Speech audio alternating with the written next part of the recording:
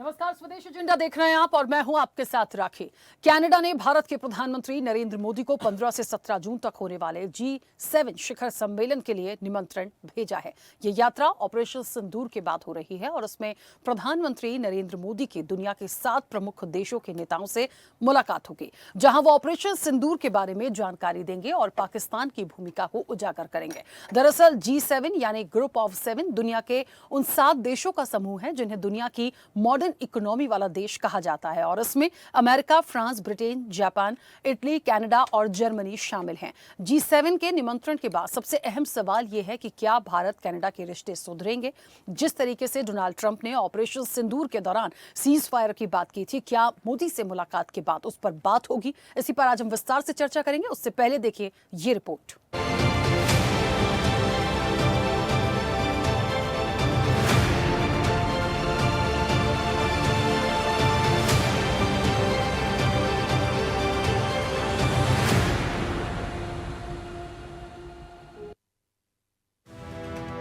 G7 की चर्चा जोरों पर है और ये तब और खास हो जाती है जब नाम भारत का भी शामिल हो जाए। दरअसल G7 के सभी 7 देश बारी बारी से इसकी अध्यक्षता करते हैं। इस साल कनाडा अध्यक्षता कर रहा है। ऐसे में G7 समिट कनाडा के अल्बर्टा प्रांत के कानाल्सिस शहर में होगी। इस समिट के एजेंडे में वैश्विक शांति और सुरक्षा, आर्थिक स्थिरता, विकास और डिजिटल डेवलपमेंट जैसे मुद्दे हैं। हमेशा की तरह पाकिस्तान के शीर्ष नेताओं को G7 समिट के लिए इस बार भी नहीं बुलाया गया। वहीं ऑपरेशन सिंदूर के बाद ये पहला मौका है जब कनाडा में ट्रंप से पीएम मोदी की मुलाकात होगी। कुछ एक्सपर्ट की माने तो ट्रंप ईरान के परमाणु हथियार, इजराइल गाजा और रूस यूक्रेन युद्ध पर कुछ खास नहीं कर पाए हैं, इसलिए बार बार वे भारत पाकिस्तान सीज फायर करवाने का क्रेडिट ले रहे हैं, जबकि पीएम मोदी ने इस पर अभी तक कुछ नहीं कहा और इसलिए पीएम मोदी ट्रंप से मिलकर अपना पक्ष समझा सकते हैं। ये ट्रंप के लिए कूटनीतिक संदेश होगा कि भारत को अपने किसी भी मामले में तीसरे का हस्तक्षेप बर्दाश्त नहीं करेगा। लेकिन पहले सुनाते हैं वो बयान जिसमें ट्रंप ने ऑपरेशन सिंदूर के लिए सीज फायर की बात कही थी। On Saturday, my administration helped broker a full and immediate ceasefire, I think a permanent one, between India and Pakistan, ending a dangerous conflict of 2 nations with lots of nuclear weapons. And they were going at it hot and heavy, and it was seemingly not going to stop. And I'm very proud to let you know that the leadership of India and Pakistan was unwavering, powerful, but unwavering in both cases, and having these, they really were, from the standpoint of having the strength and the wisdom and fortitude to fully know and to understand the gravity of the situation. And we helped a lot. And we helped also with trade. I said, come on, we're going to do a lot of trade with you guys. Let's stop it. Let's stop it. If you stop it, we're doing trade. If you don't stop it, we're not going to do any trade. People have never really used trade the way I used it. That I can tell you. And all of a sudden they said, I think we're going to stop with Pakistan. We're going to do a lot of trade with India. We're negotiating with India right now. We're going to be soon negotiating with Pakistan. And we stopped the nuclear conflict. I think it could have been a bad nuclear war. Millions of people could have been killed. So I'm very proud of that. I also want to thank Vice President Vance and Secretary. Pakistani सेना ने हमारे DGMO को संपर्क किया जब पाकिस्तान की तरफ से गुहार लगाई गई। पाकिस्तान की तरफ से जब ये कहा गया कि उसकी ओर से आगे कोई आतंकी गतिविधि और सैन्य दुस्साहस नहीं दिखाया जाएगा, तो भारत ने भी उस पर विचार किया। और मैं फिर दोहरा रहा हूं, हमने पाकिस्तान के आतंकी और सैन्य ठिकानों पर अपनी जवाबी कार्रवाई को अभी सिर्फ स्थगित किया है। आने वाले दिनों में हम पाकिस्तान के हर कदम को इस कसौटी पर मापेंगे कि वो क्या रवैया अपनाता है। उधर ऑपरेशन सिंदूर को लेकर भारत के 7 प्रतिनिधिमंडल विदेश दौरे पर गए थे, जिसमें 57 सांसदों ने अहम भूमिका निभाई थी। अमेरिका में कांग्रेस सांसद शशि थरूर ने वहां भारत का पक्ष रखा था, जहां उन्होंने खुलकर पाकिस्तान और आतंकवाद को लेकर बात रखी थी। देखिए, बहुत अच्छा रहा मेरे ख्याल में इस ट्रिप में। जो सरकार चाहती थी कि हम भारत का एक संदेश दे दें इन देशों में कि पहली बात यह है कि हमारे एक है कि हम एक हैं, सारे राजनीतिक पार्टियों के राजनीतिक दल के प्रतिनिधि भी थे हमारे साथ, और हमने स्पष्ट कहा कि शुरुआत से ही हमारा संदेश पाकिस्तान को यह था कि आप अगर रिएक्ट करोगे तो हमको भी जवाब देना पड़ेगा, लेकिन आप रुकोगे तो हम भी रुकेंगे। और जब उन्होंने रुका तो उसी वक्त भारत भी रुका। तो मेरे ख्याल में ये संदेश लोग समझे कि हम नहीं चाहते थे कि युद्ध पे चले जाए। भारत का फोकस है हमारे विकास, हमारे जनता की भविष्य, उसमें हम लगे हैं।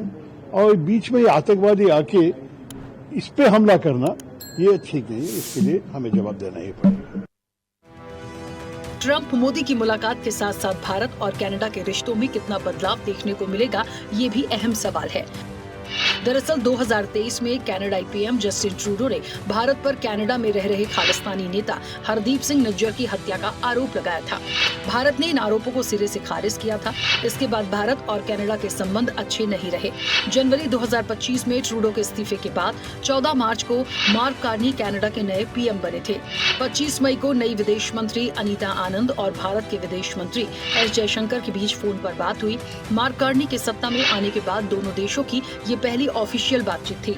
इसके बाद विदेश मंत्री अनीता आनंद ने एक इंटरव्यू में कहा था, कनाडा बिजनेस बढ़ाने के लिए अमेरिका से अलग भारत के साथ संबंधों को दोबारा बेहतर करना चाहता है।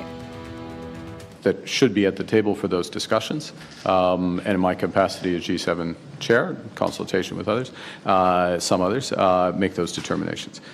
India, the 5th largest economy in the world, effectively the most populous country in the world, central to a number of those supply chains, at the heart of a number of those supply chains, so it makes sense. बहरहाल पाकिस्तान के खिलाफ चलाए गए operation सिंदूर के बाद ये पहली बार है जब पीएम मोदी किसी देश के दौरे पर होंगे। कनाडा में पीएम मोदी एक तीर से तीन शिकार कर सकते हैं।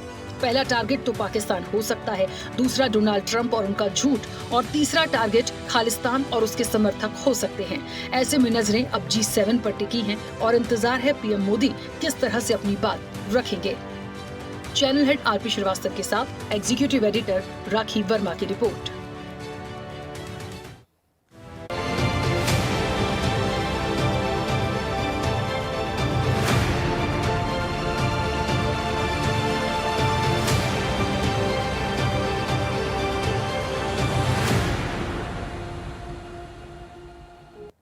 चलिए, तो G7 इम्पोर्टेंट है और उससे भी ज्यादा इम्पोर्टेंट मोदी और ट्रंप की मुलाकात। ये होगी, कैसी होगी? ऑपरेशन सिंदूर के बाद जिस तरीके से सारी चीजें हुई, क्या उस पर बातचीत हो पाएगी?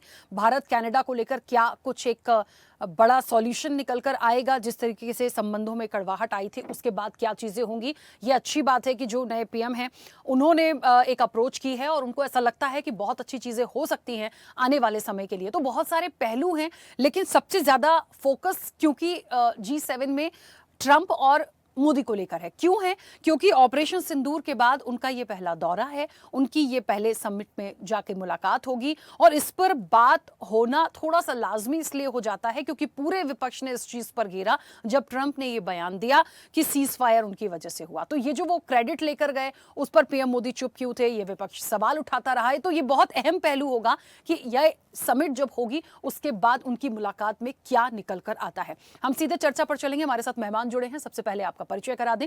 भारतीय जनता पार्टी का पक्ष रखेंगे खेमचंद शर्मा। खेमचंद जी, बहुत स्वागत चर्चा में जुड़ने के लिए। कांग्रेस का पक्ष रखेंगे doctor H N. Upadhyay. H N. Upadhyay ji, आपका भी बहुत स्वागत है।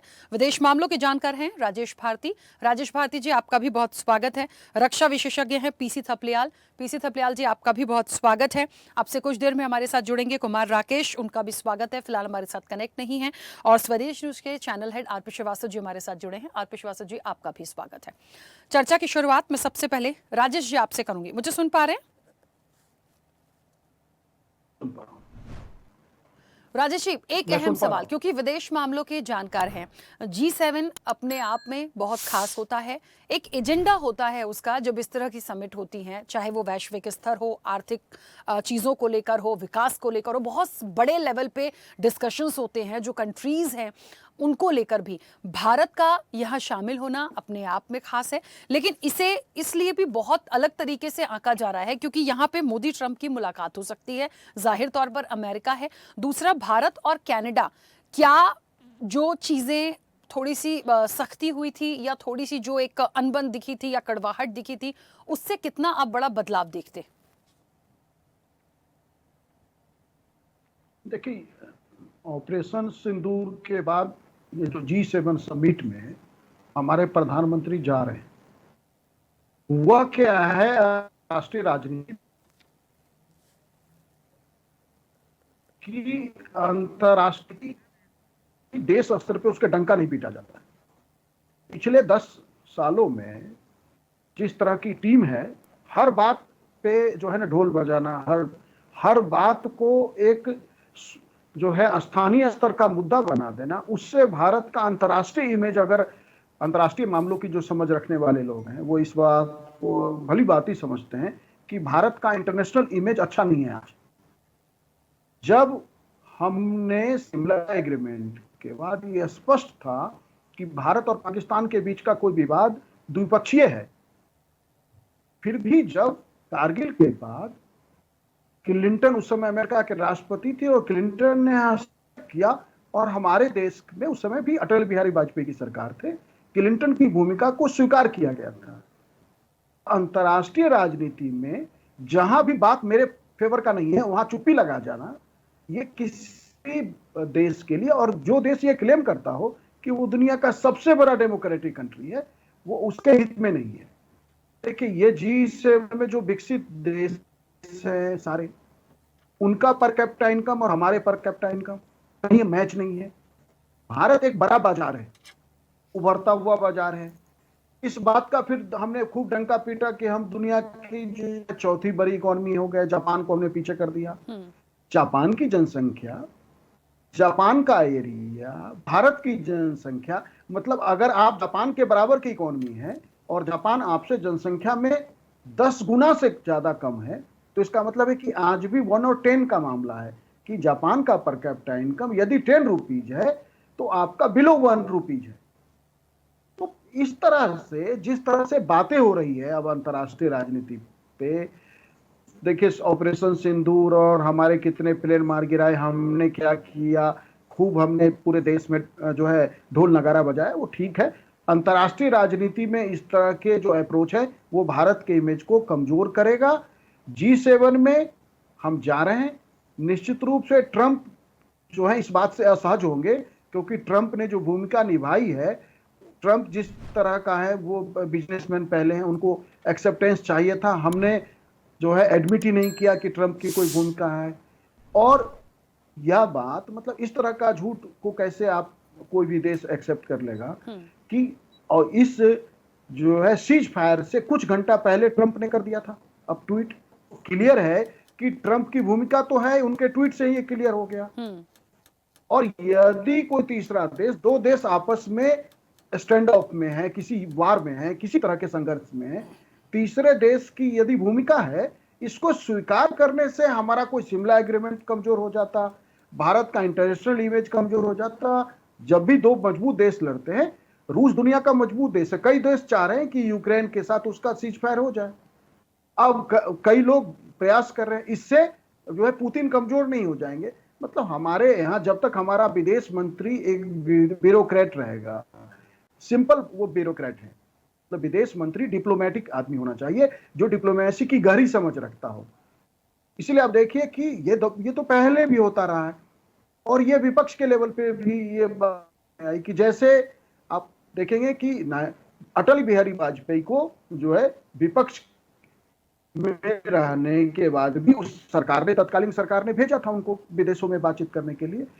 अब थरूर गए तो उस पे कांग्रेस की ओर से आपत्ति, डायरेक्ट इनडायरेक्ट ने।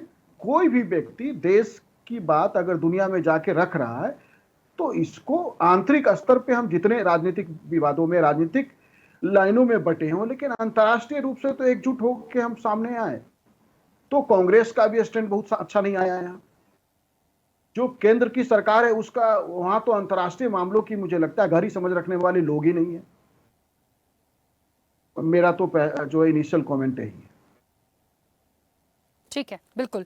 मुझे लगता है बहुत खुलकर आपने बहुत सारे पॉइंट्स को रखा है और इसको समझते हुए मुझे लगता है कोई भी किसी भी चीज़ को ना ऐसे ना ले कि उन्होंने यदि कोई कमी बताई है तो उसको ले लिया कि क्यों सरकार की कमियां बता रहे हैं। बात ये नहीं होती है। देखिए, ये एक ऐसा विषय है जिस पर जो सही है, क्या गलत है, क्या होना चाहिए, ट्रंप की जब बात आई तो क्यों नहीं उसको क्रॉस किया गया, उसके पीछे की क्या बात है, बहुत सारे पहलू हैं जिस पर हम अब चर्चा करेंगे।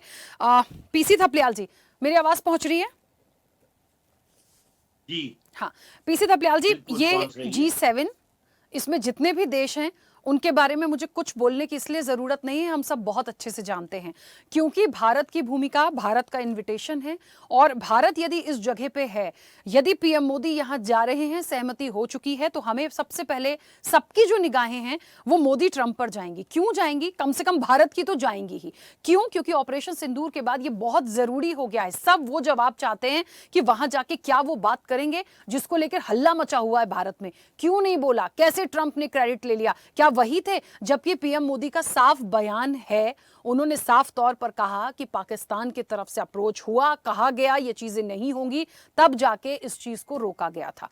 फिर भी कोई क्रेडिट लेकर जाता है, क्रॉस नहीं होता, विपक्ष चढ़ाई कर देता है। कैसे ले रहे पूरे मामले को? देखो, भारत की ये अग्नि परीक्षा है, क्योंकि हम चिंतित हो गए थे जब G7 में हमको इनविटेशन नहीं मिला था, लेकिन आज 9 दिन पहले इनविटेशन मिला, हमें थोड़ी राहत मिली।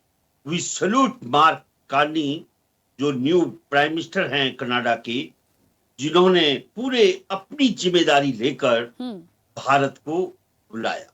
जब वहां की मीडिया ने उन पे सवाल किया कि भारत के जो डिप्लोमेटिक रिलेशन थे वो बहुत खराब हो चुके थे ट्रूडो के टाइम पे कनाडा के साथ, क्योंकि वहां पे जो एक खालिस्तानी लीडर की जो कत्ल किया गया उसमें भारत का हाथ नजर आ रहा था और वो केस अभी चल रहा है। इस पे सवाल के जवाब में जो कार्नी ने कहा कि देखिए, ये रूल है, इस देश का अपना कानून अपना काम कर रहा है, लेकिन हम देश विश्व की इतनी बड़ी जनसंख्या वाला देश, जिसकी सबसे बड़ी इतनी बड़ी पॉपुलेशन है, उसको अनदेखा नहीं कर सकते। ये दिखाता है कि सच में अभी 3 महीना पहले आया हुआ ये व्यक्ति वास्तव में एक ऐसा विजनरी नेता है जिसको हम सैल्यूट करते हैं। जहां तक की बात है कि हमारी लीडरशिप किस तरह से वहां इस अग्नि परीक्षा को फेस करेगी, वो इस डिस्कशन से बहुत अच्छी तरह आने चाहिए कि कौन कौन सी समस्याओं को मेरी लीडरशिप इस G7 में फेस कर सकती है। सबसे पहले जो हमें मालूम पड़ा है, वहां पे खालिस्तानी बहुत बड़ा प्रोटेस्ट करने जा रहे हैं, क्योंकि खालिस्तानियों का सबसे बड़ा गढ़ कनाडा है और वो बहुत बड़ा प्रोटेस्ट अगेंस्ट मोदी जी करने जा रहे हैं। नंबर 1। अब किस तरह से कार्नी इसको हैंडल करता है, ये भविष्य के गर्भ में है। दूसरी चीज ये है कि जो बार बार चल रही कि ट्रंप के साथ किस तरह से मोदी जी संवाद स्थापित करेंगे, क्योंकि उन्होंने सरेआम जो ट्रंप की जो स्टेटमेंट थी उसको नकारा अपने देश में, और उसको विश्व स्तर में भी भारत का एक संदेश गया कि हमने जो कुछ ट्रंप ने बोला था वो नहीं मानते हम, क्योंकि जो सीज फायर 12 बजे से जो बोला गया था वो हुआ, लेकिन ये उसके कारण नहीं हुआ, ट्रंप के कारण। हमारा देश ये कहता है इसको किस तरह से सब्सिडाइज कर दिया जाएगा, क्योंकि आज ट्रंप भी परेशान है। आज वो भी अंदरूनी जो संघर्ष है वो हमारी लीडरशिप से ज्यादा परेशान है। वहां मस्क वर्सेस ट्रंप जो हो रखा है वो उनके लिए ज्यादा चिंतनीय विषय है रेदर देन मोदी जी का ये, क्योंकि हो सकता है कि ट्रंप के दिमाग में ये आए कि हाँ थपलियाल जी, मैं सुन पा रही हूँ। आवाज पहुंच रही है मेरी? जी, हाँ ठीक है। बीच में कोई बोला था तो मैं तब बोला, ठीक है, क्योंकि जल्दी से कंप्लीट आज की करिए। हाँ। तारीख में जी जो सिंदूर ऑपरेशन है, इसका एक्सप्लेनेशन मोदी जी को देना पड़ेगा निश्चित रूप से, और पूरा विश्व सुनेगा, क्योंकि वहां फ्रांस भी है। फ्रांस भी चाह रहा है कि जो ये हल्ला मच रहा है कि हमारे राफेल्स गिराए गए हैं, ये सच है कि झूठ है, इस चीज को वो चाह रहे थे, यहाँ आना चाह रहे थे कि हम गिनना चाह रहे हैं कि 36 हैं कि नहीं है। उसमें हम लोगों ने फ्रांस को नहीं आने दिया। जापान अपना सवाल खड़ा करेगा कि आप तो हमसे भी बड़े ताकतवर अर्थव्यवस्था में हो गए हैं। ये सवाल का जवाब भी कहीं ना कहीं उस मंच पे हमें देना पड़ेगा। जिस तरह से अभी राजेश साहब ने बहुत स्पष्ट रूप से कहा था कि जो हमारा स्थान है, ये चीजें जो हैं, ये सवाल आएंगे, और इन सवालों को जवाब के लिए हमारा हिंदुस्तान और पूरा विश्व तत्पर है कि किस तरह से इन सवालों के जवाब इस मंच पे आते हैं। और कनाडा का जो संबंध हमारे देश में चाहिए वो हमारे लिए बहुत महत्वपूर्ण है, क्योंकि न्यूक्लियर पावर अगर हम अपने को कहते हैं तो न्यूक्लियर पावर के तमाम पार्ट्स हमें कनाडा से मिलते हैं। ठीक है, वो इसको चाहते हैं कि जो सिविलियन इलेक्ट्रॉनिक। जी ठीक है सर, वापस आऊंगी। खेमचंद जी, कोई सवाल लूं उससे पहले आप कुछ कहना चाह रहे हैं? पहले अपनी बात रखिए। नमस्कार, जय हिंद। देखिए, अभी दो महानुभाव बोले हैं, जिसमें राजेश जी और प्रकाश जी। प्रकाश जी का तो ऐसा लगता है कि उनको कनाडा माइग्रेट करना है, इसीलिए वो कनाडा के प्राइम मिनिस्टर को अप्रिशिएट कर रहे हैं, सैल्यूट कर रहे हैं। उनको भारत की सरकार, भारत की सेना, भारत के लोग वो कमतर दिखाई देते हैं। ठीक है, उनका एक अपना पर्सनल विषय है, जाना चाहें तो जा सकते हैं, लेकिन वो इस तरीके की बातें ना करें कि सुन लो, अभी मैंने आपको डिस्टर्ब नहीं किया, बीच में सुन लो। वहां पे खालिस्तानी वहां पे प्रोटेस्ट करने वाले हैं। अरे खालिस्तानी प्रोटेस्ट करने वाले हैं, करने दो, उससे क्या फर्क पड़ता है? क्या खालिस्तानियों के डर से हम वहां पे इंटरनेशनली नहीं जाएंगे? खालिस्तानियों का आज करोड़ों की संख्या में जो सिख भारत में रहते हैं, वो भारत में रहना चाहते हैं। वो मानते हैं कि आधा पंजाब जो पाकिस्तान बन गया, उसको प्रोटेक्ट करने के लिए सिखिज्म का स्थापना हुआ, सिखों की स्थापना हुई, सिख इकट्ठे हुए, गुरु नानक देव जी ने सिखिज्म का स्थापना किया। तो कुछ खालिस्तानी, क्या उनसे हम डर जाएंगे? नहीं, भारतीय सब इकट्ठे हैं। और रही दूसरी बात, हमें जापान को जवाब देना पड़ेगा। क्यों नॉन सीरियस डिबेट करते हो? जापान को क्यों जवाब देना पड़ेगा? जापान हमारा पार्टनर है, बहुत सारे प्रोजेक्ट में हमारे साथ है, जापान के साथ हमारे कॉर्डियल रिलेशन है। आप कहें जापान को हमें जवाब देना पड़ेगा, फिर हमें ट्रंप को जवाब देना पड़ेगा। क्यों जवाब देना पड़ेगा ट्रंप को? ट्रंप को जो कहना था, उसने 2 बार कहा, 3 बार कहा, फिर उसने ये भी कहा कि नहीं, मेरा कोई रोल नहीं है। हमने उसको एक्नॉलेज ही नहीं किया। क्यों हमें जवाब देना पड़ेगा? और फिर सबसे ज्यादा घटिया, आपकी समझ पे भी मेरे को तरस आ रहा है कि ऑपरेशन सिंदूर पे हमें बताना पड़ेगा, लोगों को, विश्व को बताना पड़ेगा कि हमारे राफेल गिरे हैं। हमें फ्रांस को, अरे हु आर दे? हम क्यों किसी को, हम क्यों, अरे किससे पूछ रहे हैं? आपसे पूछा है, आदत है, आपसे पूछा है। और हम किसी को अपने यहाँ पे इन्वेस्टिगेट करने के लिए क्यों बुलाएंगे? अरे ऑपरेशन हमारा ऑन है, अगर हमें बताना है तो बताएंगे, नहीं बताना तो नहीं बताएंगे। फ्रांस से हमने, हमारी पार्टनरशिप है, हमने उनसे राफेल खरीदे हैं। घटिया मानसिकता आपकी है, ओछी मानसिकता आपकी है, और ऐसी ओछी मानसिकता के साथ आप अपनी सेना और देश को देख रहे हैं। आप पे थू है, आप पे थू है। ऐसी मानसिकता, घटिया मानसिकता के साथ आप बैठे हैं यहाँ पे कि हमें ये बताना पड़ेगा हमारे कितने राफेल गिरे हैं। अरे हमारी सेना ने अपना 100% टारगेट अचीव किया है, और ऑपरेशन सिंदूर में जो देश का जो टारगेट था वो अचीव हुआ है, और आप कह रहे हैं कि हमें बताना पड़ेगा। खेमचंद जी, वो रक्षा विशेषज्ञ हैं, वो इस तरह की बात क्यों करेंगे? मतलब थोड़ा सा। नहीं, रक्षा विशेषज्ञ नहीं है, वो नॉन सीरियस बात कर रहे हैं। वो क्या कह रहे हैं? सर, वो उनका व्यक्तिगत मत है। हमें बताना पड़ेगा, हमें फ्रांस को बताना पड़ेगा, हमें G7 में आंसर है, हमें G7 में बताना पड़ेगा, हमें जापान को आंसर देना पड़ेगा, हमें अमेरिका को आंसर देना पड़ेगा। ये टोटली मिस इन्फॉर्मेशन फैलाने वाले व्यक्ति हैं, नेगेटिव नैरेटिव पैदा करने वाले व्यक्ति हैं। I don't consider him as expert. ये कहीं से भी ये डिफेंस एक्सपर्ट दिखाई नहीं देते, इनको समझ नहीं है। कैसी बात कर रहे हैं खेमचंद जी? यदि कोई बात कह भी रहे हैं तो कुछ होगा उसके पीछे। कोई मिसअंडरस्टैंडिंग वाली कोई बात नहीं है, और यदि है तो फिर हमें तो सबसे पहले इस सवाल पर आ ही जाना चाहिए। G7 का कि मोदी जी वहां ट्रंप से क्या कहेंगे, कहेंगे कि नहीं कहेंगे, या वहां से ऐसे ही आ जाएंगे? ये भी तो सवाल होता है, ये भी तो सवाल होता है। खेमचंद जी चलिए, क्योंकि आपने समय मांगा था, मैंने बोल दिया। मेरा एक छोटा सा सवाल है, बस एक छोटा सा सवाल है। मैंने दोनों को डिस्टर्ब नहीं किया, आपका जवाब देता हूँ ना। हमें क्यों जवाब दे? हमारे फॉरेन मिनिस्टर ने क्लियर कर दिया, हमारे डेलीगेशन ने क्लियर कर दिया कि हमने किसी थर्ड पार्टी इंटरवेंशन को नहीं माना है। मैंने खुद डिटेल में समय मांगा था, आपने समय मांगा था, मैंने दिया, लेकिन मैंने सवाल नहीं लिया था। मेरे सवाल का तो आंसर कर दीजिए। मेरा एक छोटा सा सवाल है, क्योंकि मैंने प्रश्न नहीं किया था। एक छोटा सा सवाल है, जल्दी से आंसर कर दीजिए। जो सब चाहते हैं, जो सब देखना चाहते हैं, ठीक है, मोदी जी ने अपने बयानों से बहुत साफ कर दिया था कि किसकी वजह से सीजफायर हुआ, हम क्यों रुके। लेकिन डोनाल्ड ट्रंप ने यदि कह दिया तो हमने डोनाल्ड ट्रंप से कुछ क्यों नहीं कहा? बात इस चीज की आती, क्या मोदी जी जाकर बात करेंगे तो ये हो सकता है? डोनाल्ड ट्रंप ने किससे कहा? मीडिया से कहा, कहता रहे। क्या उसने भारत को कहा? किसी फोरम पे उनको इंपोज किया कि नहीं मेरी वजह से हुआ है? अरे Rakhi ji please let me complete, non finish debate नहीं हो सकती। क्या किसी फोरम पे ऐसे उसने इंपोज किया है कि नहीं भारत का स्टैंड गलत है, मेरा स्टैंड सही है?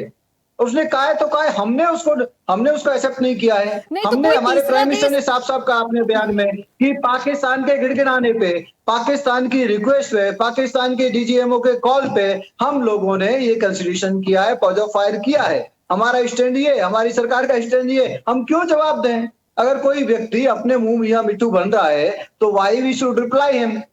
वो खुद ही उसको रिप्लाई दिया। हमारे प्राइम मिनिस्टर ने जब देश को एड्रेस किया है तो उन्होंने रीजन बताया है कि हमने म्यूचुअल जो बायलैटरल रिलेशन है उसके तहत। तो मैं आपको बताऊं, ऑफिशियल ये है कि अमेरिकन को जब पाकिस्तान घबराया, परेशान हुआ, ब्रह्मोस से जब मार खाई, जब उनकी सेनाएं 10 से 15 साल पीछे धकेल दी गई, तब उन्होंने अमेरिका से रिक्वेस्ट किया। अमेरिका के जो सिक्योरिटी एडवाइजर है उन्होंने इंडिया को कॉल किया कि पाकिस्तान अब पॉज ऑफ फायर चाहता है, आपका क्या राय है? तो भारत ने साफ कर दिया कि अगर पाकिस्तान चाहता है तो उसको हमारे डीजीएमओ को ऑफिशियल चैनल से कॉल करना पड़ेगा, बात करनी पड़ेगी, फिर हम देखेंगे। उन्होंने कॉल किया, हमारे डीजीएमओ ने 2.5-3 घंटे उसको पिकअप नहीं किया क्योंकि हमारा ऑपरेशन जारी था। फिर 3:30 बजे दोबारा कॉल आया तो हम लोगों ने एक्सेप्ट किया तो ठीक है। आप नितिन गोखले जी का डिटेल में इंटरव्यू देख लीजिए, उनका एक पूरा आर्टिकल देख लीजिए, जिसको रक्षा विशेषज्ञ कहते हैं। रक्षा विशेषज्ञ वो होते हैं जो लॉजिकल बात करें, जिनको रक्षा के बारे में पता नहीं, जिनको ये नहीं पता कि राफेल हमने खरीदे, पैसे दिए हैं। प्लीज ये देखिए, विषय ये तो नहीं है कि हम किसी पर्टिकुलर किसी को व्यक्तिगत टिप्पणी करें। सबके अपनी बात हो सकती है। जैसे आपसे मेरा सवाल था, आपका अपना नजरिया उस चीज को रखने का, वैसे ही बाकी लोगों का भी है। G7 की बात हो रही है, भारत का इन्विटेशन है, पीएम मोदी पहुंचेंगे और सबकी नजरें हैं कि ट्रंप मोदी की मुलाकात होगी। यदि होगी तो क्या ऑपरेशन सिंदूर पर बात होगी? ये सवाल भी मेरा सीधे एचएन उपाध्याय जी से। उपाध्याय जी, क्या लगता है आपको, ये मुलाकात होगी? स्वाभाविक तौर पर हो भी सकती है, और यदि होती है तो क्योंकि सबकी मांग एक ही है, सबकी बात एक ही है उसी ऑपरेशन सिंदूर पर, क्या लगता है वो बात, वो जवाब मिलेगा जो आप सब मांग रहे हैं? देखिए राखी जी, इस समय हमारी विदेश नीति इतनी रसातल में जा चुकी है, कई उदाहरण हम लोग बताए हैं पहले, और आज फिर बता रहे हैं कि G7 में ऑस्ट्रेलिया जैसे और अन्य 2-3 देशों को 4 मई को भी आमंत्रित कर दिया गया था। हमारे देश के प्रधानमंत्री को इतनी देर में क्यों आमंत्रित किया गया?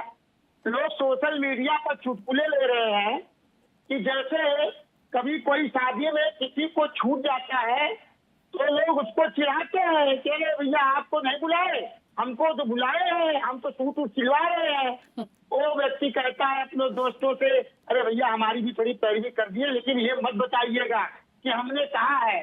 और इस तरह से वह आमंत्रण को मंगवाता है और लज्जित होने के बाद जाता है। अब इसमें कितनी सच्चाई है हम बता नहीं सकते, लेकिन सोशल मीडिया पर यही चल रहा है।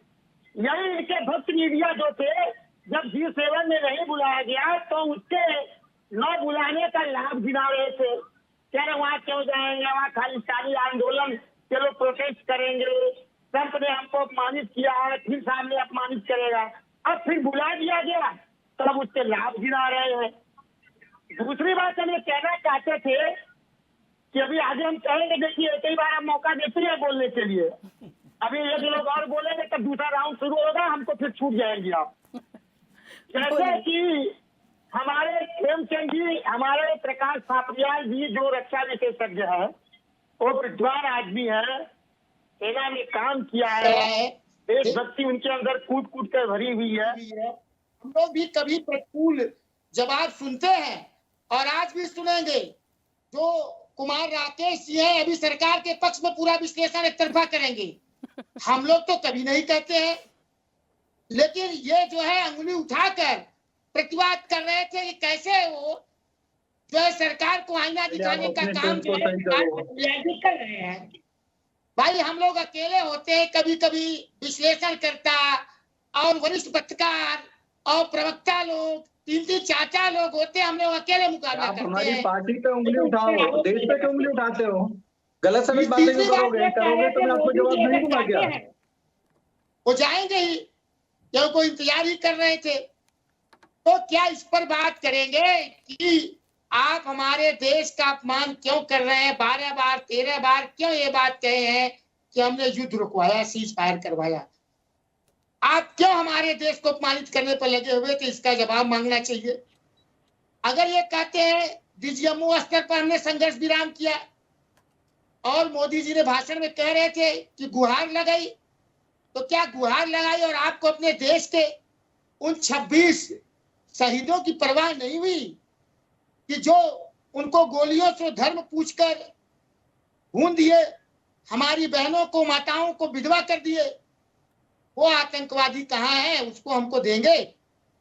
जो 3-4 आतंकवादी हाफिज सईद और अन्य लोग जिनको इन्होंने गिरफ्तारी के बाद छोड़ा था, वायुमान से उनको बढ़िया से स्वागत करके फिर छुड़वाया था, उनको आप हमको कब देंगे? और क्या ये भी पूछेंगे कि हमारे लाख विरोध करने पर IMF ने हजारों मिलियन का लाभ इनको दिया? बैलेंस नहीं हो रहा है। मेरे को आपने 2 मिनट टाइम दिया, 3 लोग बोल चुके हैं। कैसे दे दिया? और बहुत लंबा पीरियड आपने दे दिया है भाषण देने के लिए इनको। सर अभी तो शुरू किया और उन्होंने शुरुआती में कह दिया कि राखी जी दूसरा मौका देती नहीं है, जबकि राखी जी भरपूर समय पहली बार में तो बोलने ही देती हूँ सर मैं। वैसे तो देखिए मिनिमम टाइम देखे तो 40 सेकंड से ज्यादा कोई बोलने भी नहीं देता, पर मैं हमेशा कोशिश करती हूँ बात क्रॉस ना हो। थोड़ा सा एचएल उपाध्याय जी जल्दी जल्दी बोल लीजिए। नहीं अभी इस पे डिबेट शुरू हो जाएगी कि मैंने किसको 3 मिनट दिया, किसको 2 मिनट दिया। अच्छा एंकर आप करती है एंकरिंग, लेकिन अंत में हम छूट जाते हैं, आप ध्यान तो रखिएगा। सर जल्दी जल्दी बोल लीजिए ताकि दूसरा मौका आए।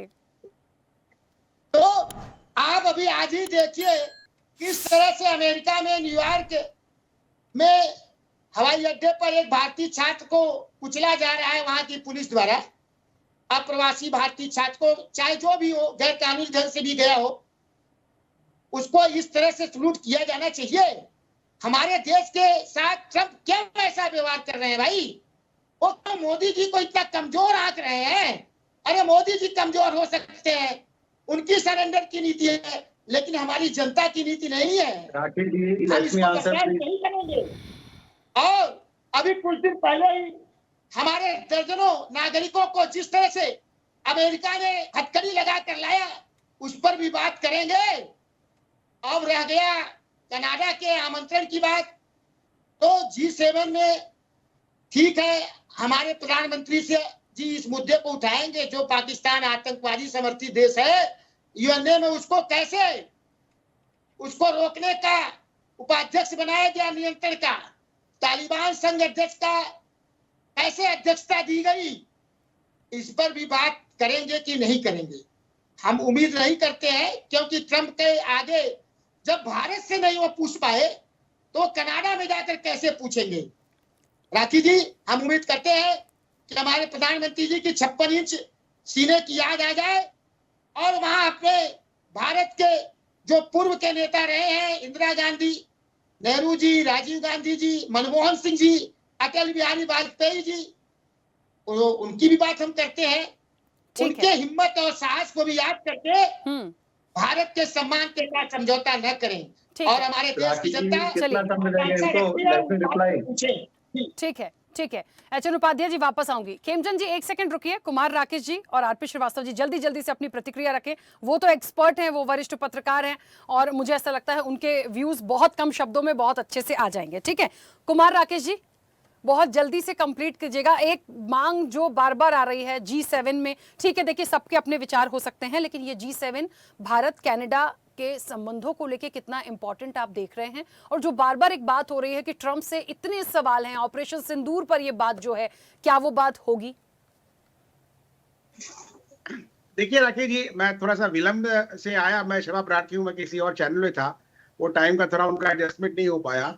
तो बहरहाल जो भी चर्चा हो रही है और क्या हो सकती है और क्या नहीं हो सकती है, पैनल के जो लोग हैं सब पूरे परिचित हैं, तो उनके विचार क्या हो सकते हैं इतना मैं अंदाजा लगा सकता हूँ। बहरहाल उसमें मुझे नहीं जाना है। मुद्दा आपने कहा कि ऑपरेशन सिंदूर पे बात होगी, क्यों होगी? भाई अमेरिका के राष्ट्रपति कौन होते हैं, हम क्यों बात करेंगे ऑपरेशन सिंदूर पे? जब भारत की संसद ने कश्मीर के मामलों को लेकर के एक प्रस्ताव पारित कर चुकी है, एक बार नहीं कई बार, कि हमारे कश्मीर को मामले को लेकर के या द्विपक्षीय संबंधों में किसी भी तीसरे देश का हस्तक्षेप स्वीकार नहीं किया जाएगा, तो हु इज ट्रम्प? एक। दूसरी बात, जब ये बातें फैली और फैलाई गई सोरोस कैंप के द्वारा और जो लेफ्ट लिबरल्स हैं उनके द्वारा, अमेरिका से लेकर यहाँ तक जो सक्रिय हैं ग्रुप, मैं डॉक्यूमेंट के साथ बात कर सकता हूँ, दस्तावेज के साथ बात करता हूँ, उसमें कौन कौन लोग शामिल हैं। बहुत लोगों को मिर्ची लग सकती है, हालांकि मैं अभी उसमें नहीं जाऊंगा। आपने सीधा सवाल किया है, मैं सीधा जवाब दे रहा हूँ। तो जब उन्होंने कह चुके, यू टर्न ले चुके कि मैंने कोई मध्यस्थता नहीं की, मैंने व्यापार की बात की थी लेकिन मैंने मध्यस्थता की बात नहीं की थी, उसके बाद लोगों ने उस व्यक्ति के बात को ज्यादा तरजीह दी, अपने राष्ट्राध्यक्ष की बात को, जो चुने हुए निर्वाचित प्रधानमंत्री हैं उनको आपने अंडरमाइन करने की कोशिश की, क्योंकि आपका एजेंडा है देश को कैसे धूमिल करना है। देश के बाहर भी जो दूसरे नेता हैं छवि को धूमिल करते रहे, प्रमाणिक दस्तावेज है, कितनी बार उन्होंने देश में के बारे में क्या बोला है, ये भी है। दूसरा सवाल जो है आपका G7 का जो है, ये भारत के लिए सम्मान है। G7 का हिस्सा भारत कभी नहीं रहा। G7 कंट्री जो है, Japan, Italy, France, Germany, America, Canada और यूके, ये G7 के हिस्से हैं। लेकिन यदि भारत को बुलाया जा रहा है, ये भारत के सम्मान की बात है। तीसरी बात जो मांग करनी है, जो नए प्रधानमंत्री चुने गए हैं प्रीमियर कनाडा के, वो चाहते हैं कि संबंध सुधरे। जो पुराने एक ना समझ में कहूंगा कि जो थे पुराने प्रीमियर, जिनके कारण वो खालिस्तानी प्रभाव से संबंध को उन्होंने खराब किया, और वहां भारत जो नागरिक रह रहे हैं उनके कारण भी, और उनकी जो एनडीपी पार्टी रही कनाडा का, मैं कई बार कनाडा गया हूं और मैं बोल सकता हूं, कह सकता हूं कि उन्होंने एक बहुत बड़ा एक भूभाग लेकर के वेलकम टू खालिस्तान का बोर्ड लगाया हुआ है। तो इसमें अमेरिका हो या कनाडा हो, जो भी हमारे देश के हितों के साथ खिलवाड़ करेगा या करता है, उसका हम जवाब देते हैं, दिया है और देंगे। लेकिन मुद्दा यहाँ पर यह है, हम किन मुद्दों पर बहस कर रहे हैं, हमारा मुद्दा क्या है। मैं बार बार बोलता हूं कि कांग्रेस हो, लेफ्ट हो, कोई भी दल हो, आप अपने विचार रखिए, घर में झगड़ा कीजिए, लेकिन घर के झगड़े को बाहर मत उजागर कीजिए। इस बार यूएन में आप देखेंगे, डॉक्यूमेंट्री बात कर रहा हूं कि जितने विपक्ष के नेताओं ने, कांग्रेस समेत, जो भी सरकार के खिलाफ या ऑपरेशन सिंदूर के खिलाफ जो भी अनर्गल प्रलाप किया, उसको दस्तावेज बना के पाकिस्तान ने यूएन में परोसा। जिनके देश के देखो नेता हैं, ये इनके बारे में बोल रहे हैं, मैं क्या बोल रहा हूं। इससे बचने की जरूरत है, हम सबको बचना चाहिए। ठीक है, आप अपना स्कोर सेट कीजिए ना पार्लियामेंट में, मना कौन कर रहा है? मैं बहुत सीधी बात कर रहा हूं, लेकिन उसको बाहर वालों को मौका क्यों देते हैं हम? ये हमारे लिए चिंता और चिंतन की बात है और इस पर होनी चाहिए, मेरा मानना ये। बिल्कुल ठीक है, चलिए वापस आऊंगी। आरपी श्रीवास्तव जी, क्या लगता है आपको ये G7 में, ये तो हमने शुरुआत में ही कह दिया था, यदि इनविटेशन है, हम जा रहे हैं, बहुत अच्छी बात है, क्योंकि दो चीजों पे बहुत फोकस है, कनाडा के साथ संबंध कैसे थे, और आज यदि इनविटेशन मिला है, चीजों को बेहतर करने की कोशिश की जा रही है। मामला क्योंकि निज्जर हत्याकांड वाला अभी भी गर्म है, तो जाहिर तौर पर इसे देखना पड़ेगा कितना बदलाव होगा भारत कनाडा के रिश्तों पर। और दूसरी, ऑपरेशन सिंदूर के बाद जो डोनाल्ड ट्रंप ने कहा, जो सीज फायर हुआ, वो मामला भी अभी तक गर्म है और मुझे नहीं लगता वो इतनी जल्दी ठंडा होगा। तो क्या आपको लगता है वहां से इसका कोई एक सॉल्यूशन निकलेगा? नहीं, देखिए राखी, जहाँ तक ऑपरेशन सिंदूर का सवाल है, ये बात सही है और कुमार राकेश जी भी बोल रहे हैं कि उसमें ट्रंप कौन होता कहने वाला। ये बात तो सही है, क्योंकि हमारा देश है। प्रधानमंत्री जी ने दो टूक बात कर दिया है कि आप जो सीज फायर हुआ है उसमें उनकी कोई भूमिका नहीं है। ये डीजीएमओ लेवल पर जो चर्चा हुई है और उसमें पाकिस्तान ने खुद अप्रोच किया है, तो ये बात तो हमारे देश के प्रधानमंत्री यदि करते हैं तो उसको स्वीकार करना पड़ेगा। दूसरी सबसे बड़ी बात है, जहाँ तक कनाडा की बात है, पूर्व में जो भी ये जस्टिन ट्रूडो थे उनके माध्यम से और खालिस्तानियों को जिस तरह से निर्जर हत्याकांड को लेकर के भारत के साथ उनके संबंध हमारे से जो खराब हुए थे, उसके बाद क्या हुआ कि जो नई सरकार है, कॉर्नी है, उन्होंने ये आमंत्रण दे करके निश्चित रूप से भारत जैसे बड़े लोकतांत्रिक देश को एक सम्मान दिया और भारत उस सम्मान के काबिल भी है। जहाँ तक वहाँ बातचीत की बात है, ट्रंप और अभी ये देखिए मुलाकात तय नहीं कि प्रधानमंत्री जी की ट्रंप से मुलाकात होगी। अब जब होगी तो वहाँ बात क्या होगी ये तो बाद में खुलासा होगा। लेकिन एक चीज़ तय है कि हमारे देश से कनाडा के संबंध जो है, जो बिगड़े थे, वो सुधरने की संभावना बढ़ गई है, एक बात। दूसरी सबसे बड़ी बात है, जहाँ तक ऑपरेशन सिंदूर की बात है, ये मान लेना चाहिए कि हमारे देश के मामले में भारत पाकिस्तान या पीओके के बारे में कोई तीसरा देश मतलब मध्यस्थता नहीं करेगा। और ये बात प्रधानमंत्री जी भी कह चुके हैं। इसके बाद हमारे पूर्व जो है सम्मानित प्रधानमंत्रियों ने भी इस बात को कहा है कि भाई भारत ने कभी इस बात को स्वीकार नहीं किया है।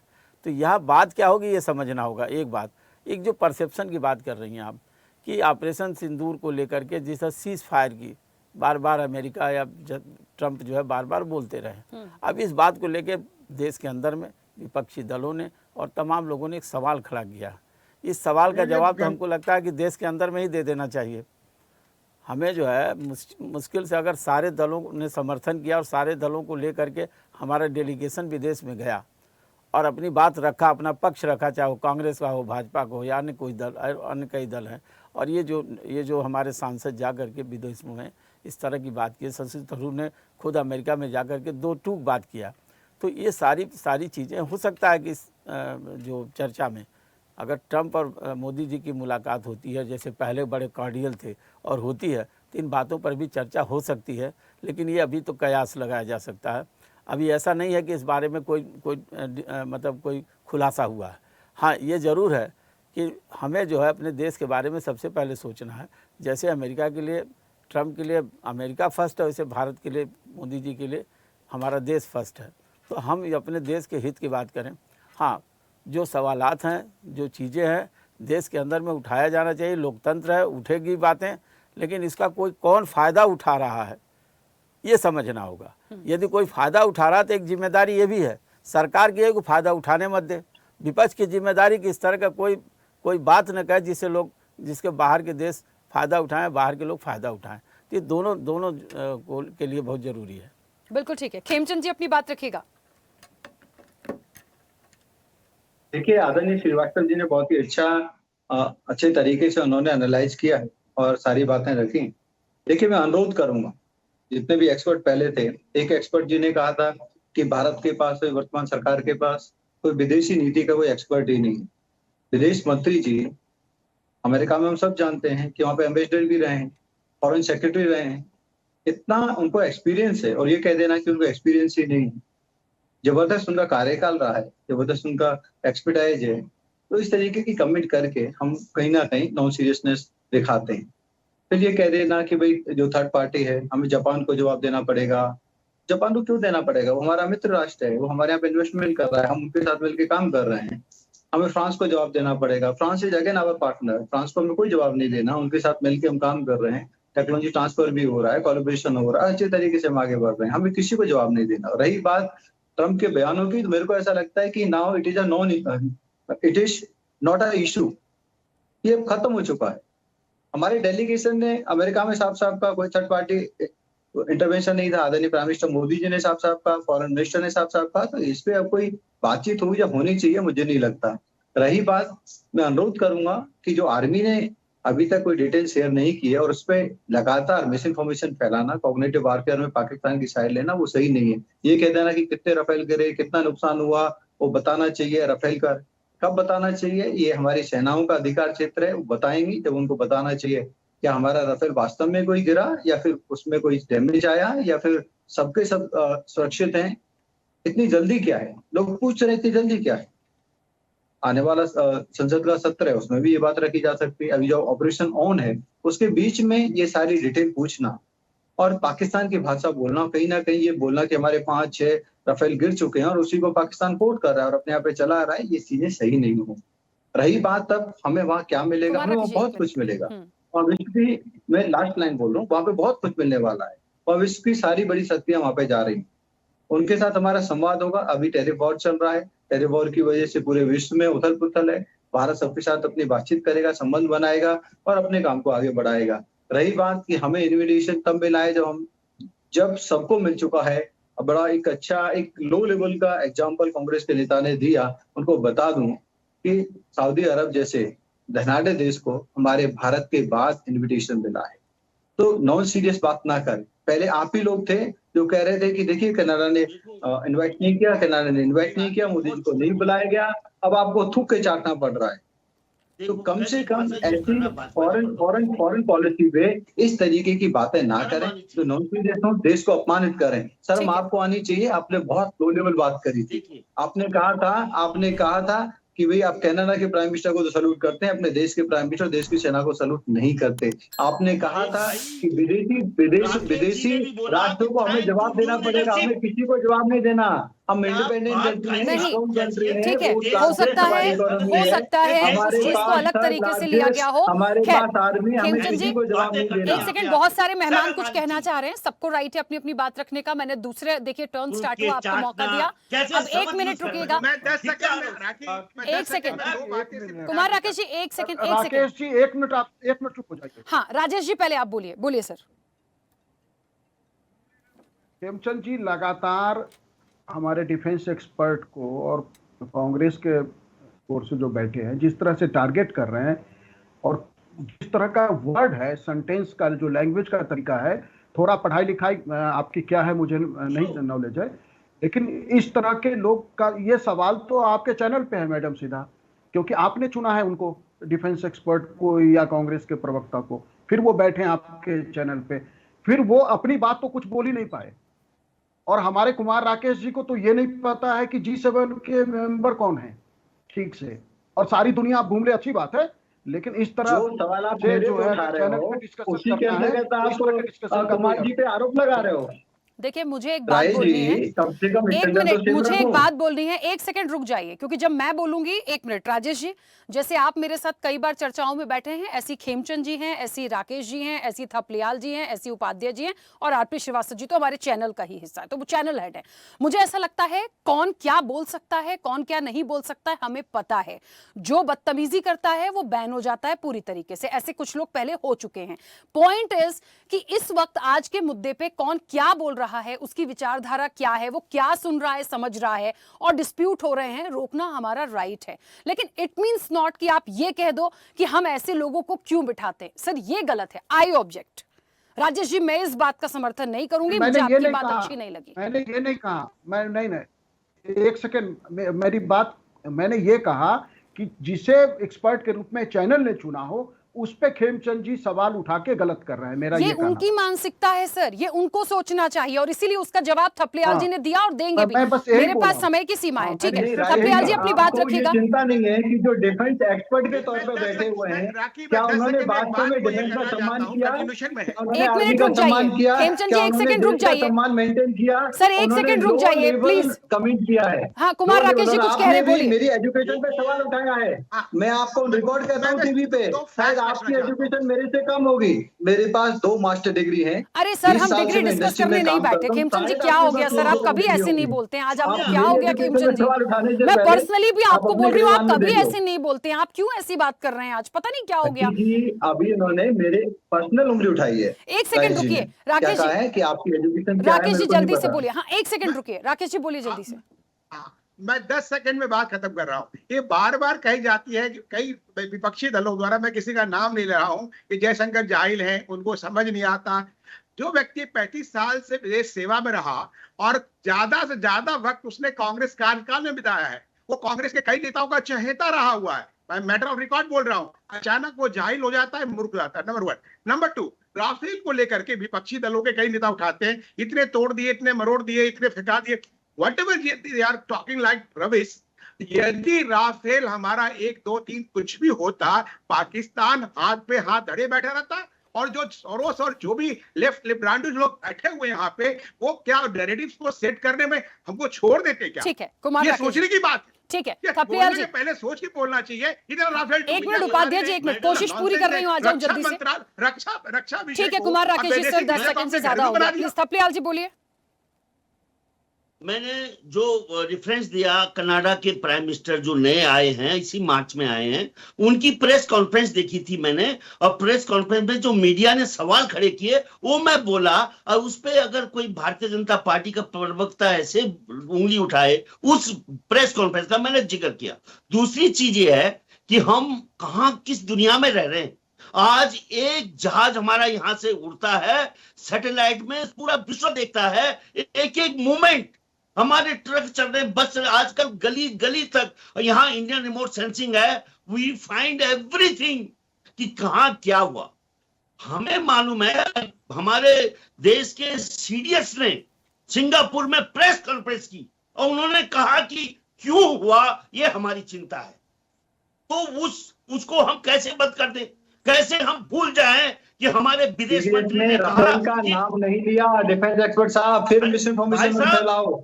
उन्होंने राफेल का नाम नहीं लिया, उन्होंने नंबर ऑफ दी हमारे फाइटर जेट के बारे में नहीं बताया। चलिए समय की सीमा है मेरे पास, ठीक है ठीक है।